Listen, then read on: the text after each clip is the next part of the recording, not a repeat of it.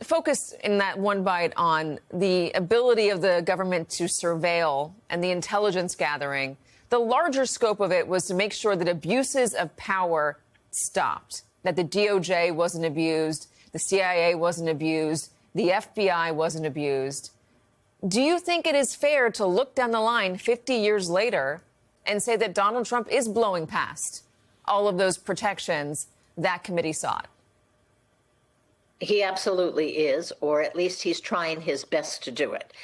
He is weaponizing the Justice Department, just as he accused the Biden administration of weaponizing the Justice Department. He acts as if the Justice Department is his own personal law firm.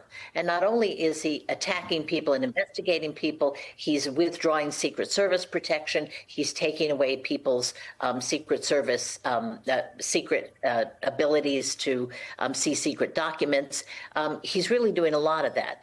But the thing I would say about this is what Donald Trump does. Back in 2016, before he became president, a reporter for USA Today just simply went through and counted all the lawsuits that Donald Trump and his business had been involved in. There were over 4,000 lawsuits in a period between 1973 and 2016. Now, you can say, oh, well, he ran a big business. There's always lawsuits. However, the 5 biggest real estate moguls in the country if you added up their lawsuits, they did not exceed Donald Trump's lawsuits. So this is what he does. When he's angry, when he's frustrated, when things aren't going his way, as they are not in Russia, his pal Putin is making fun of him, really, as they're not going his way in Israel, no matter what they say.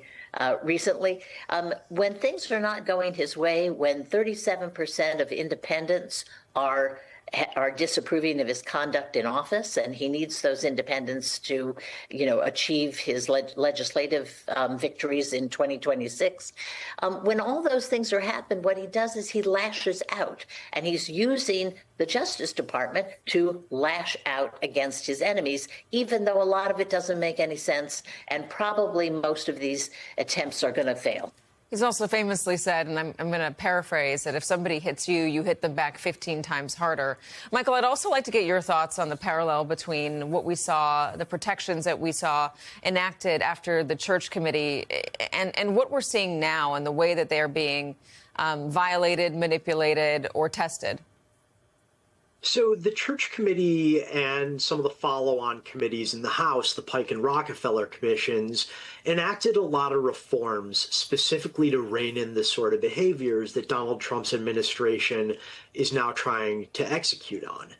The problem is, while some of those reforms were statutory, a lot of them took the form of just institutional norms and department policies. And the difficulty with that in terms of providing a long-lasting bulwark for our liberties is that norms have no force of law and policies can be overwritten by department heads on their own. So what you're essentially seeing is a whole host of DOJ and FBI safeguards that are rapidly eroding. Whether it is the limitations on contact between the White House and federal prosecutorial authorities, whether it is the way that the FBI is going to investigate political figures and elected officials.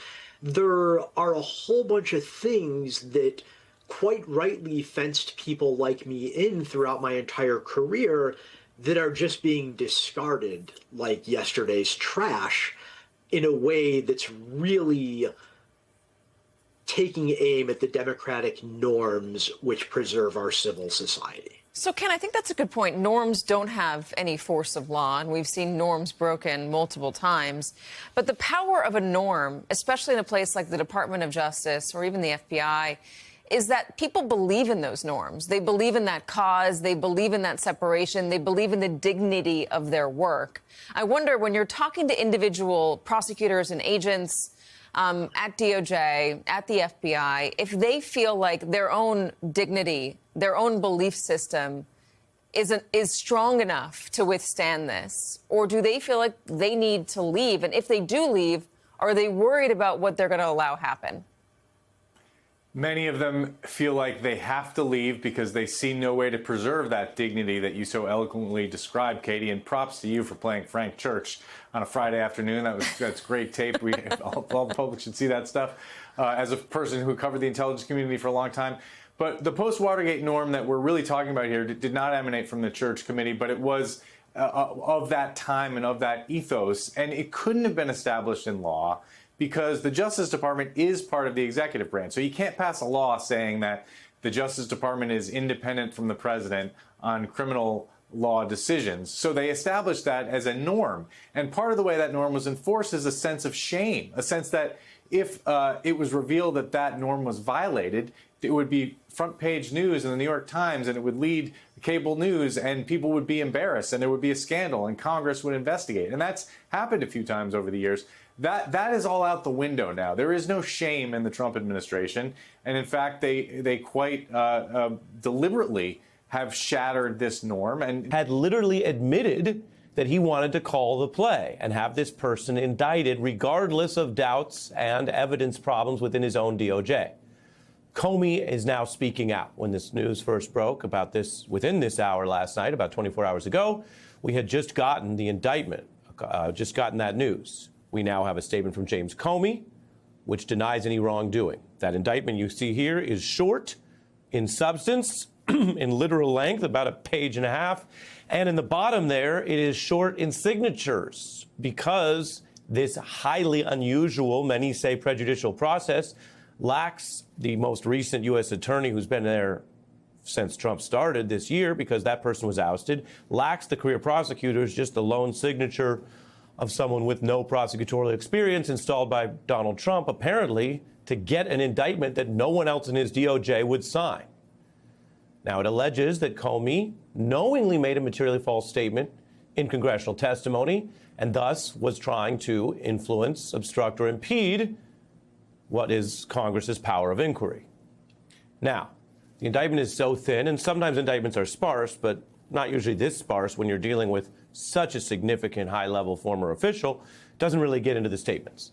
But there is reporting that the government wants to go into basically whether or not Comey was truthful in referring to people who might have spoken out about what was going on inside the FBI and his views, basically authorizing a type of statement or leak. Now, the charges are rushed because the deadline was next week. The actual legal process of the arraignment for former Director Comey is October 9th. I've reported this week that we are past the red line, that if you use the analogy of the boiling frog, when it comes to the rule of law, the frog has been boiled and it's dead. And we're now past the red line at a point where we are seeing how people deal with that. In the matter of unconstitutional attacks on free speech, we saw how big, powerful, rich executives might fold and then backtrack. We saw that this week. In the matter of the rule of law, we've seen how law firms and other individuals who literally take an oath, they're not just tax-paying citizens, they're members of the bar, how they have dealt with these efforts by Donald Trump to abuse power, to use the federal government to deny people legal services or make it harder, with what are probably, some courts say, likely unconstitutional efforts to kneecap law firms based on their First Amendment and other legal rights who they associate with or represent.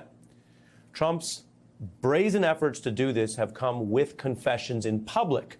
And in our strange time, our rapidly shifting media ecosystem, some people say, well, how bad can it be if he's saying it in public?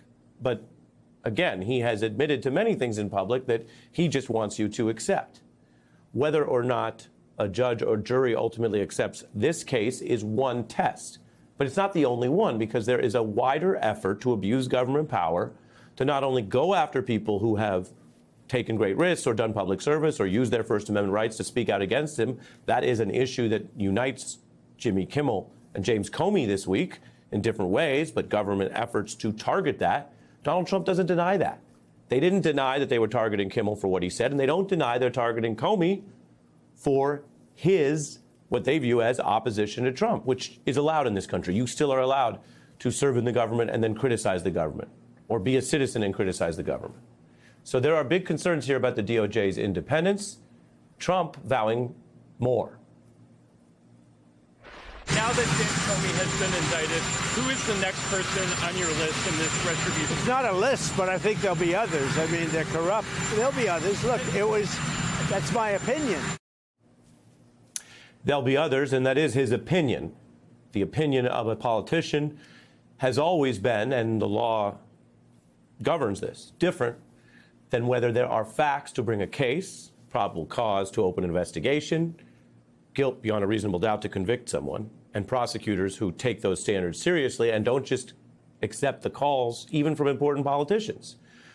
James Comey, who knows a lot about this system, he is in that rare position of going from actually overseeing these kinds of cases, developing the evidence, meeting with DOJ, running the FBI, to being on the other side of the FBI that develops these kind of cases and the DOJ that prosecutes them. And he says he's innocent, and he understands in the wider context why this is a time to also address other Americans about the fear that this president would want anyone to have just for being American, for exercising your rights. So here was Mr. Comey's response. We will not live on our knees, and you shouldn't either. I'm not afraid, and I hope you're not either. I hope instead you are engaged, you are paying attention. My heart is broken for the Department of Justice, but I have great confidence in the federal judicial system, and I'm innocent. So let's have a trial and keep the faith.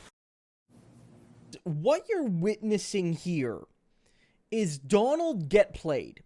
He got played. He fell into the trap because one of the advantages a president can have is that they're arm's length. So when a criminal case happens and there's a scandal related to, oh, the case failed. Oh, the prosecution brought charges against an innocent person. Oh, someone was falsely convicted and spent years in jail. Isn't this a massive scandal? Those things rarely hit the governor or the president. Like, you know, if it's a state level crime, it rarely goes all the way up to the governor. Often local police are blamed, local prosecutors are blamed, judges might get blamed if the judge was corrupt, like the judge was taking bribes to, remember the judge that took bribes to send children to prison? They got money for every child they sent to kid prison. Remember that? Like, those people get blamed, not the governors and the presidents. One of the reasons being there's arm's length. Presidents appoint judges and they appoint prosecutors at the federal level, but they don't directly manage them. And indeed, even Pam Bondi, being the DOJ, should be arm's length from Trump. And even she doesn't directly manage each and every individual district attorney's office in the country. So when a scandal happens, you can just jettison off the bad apple. But now, Donald, you've made it. And Comey has made sure that everyone knows that you've made this extremely personal. This is your case. You specifically appointed someone to bring it. You're directly involved. Pam Bondi's directly involved. This is your case. This is not Joe Biden, who found out about the indictment of Trump at the same time you and I did. He found out on the news because it was not his decision. Merrick Garland brought it. He was not informed ahead of time. He found out when we did, because that's how you're supposed to do it. It was not Joe Biden's charges. It was Merrick Garland and Jack Smith doing that work. Donald has made the Comey prosecution his personal pet project, and any scandal is his.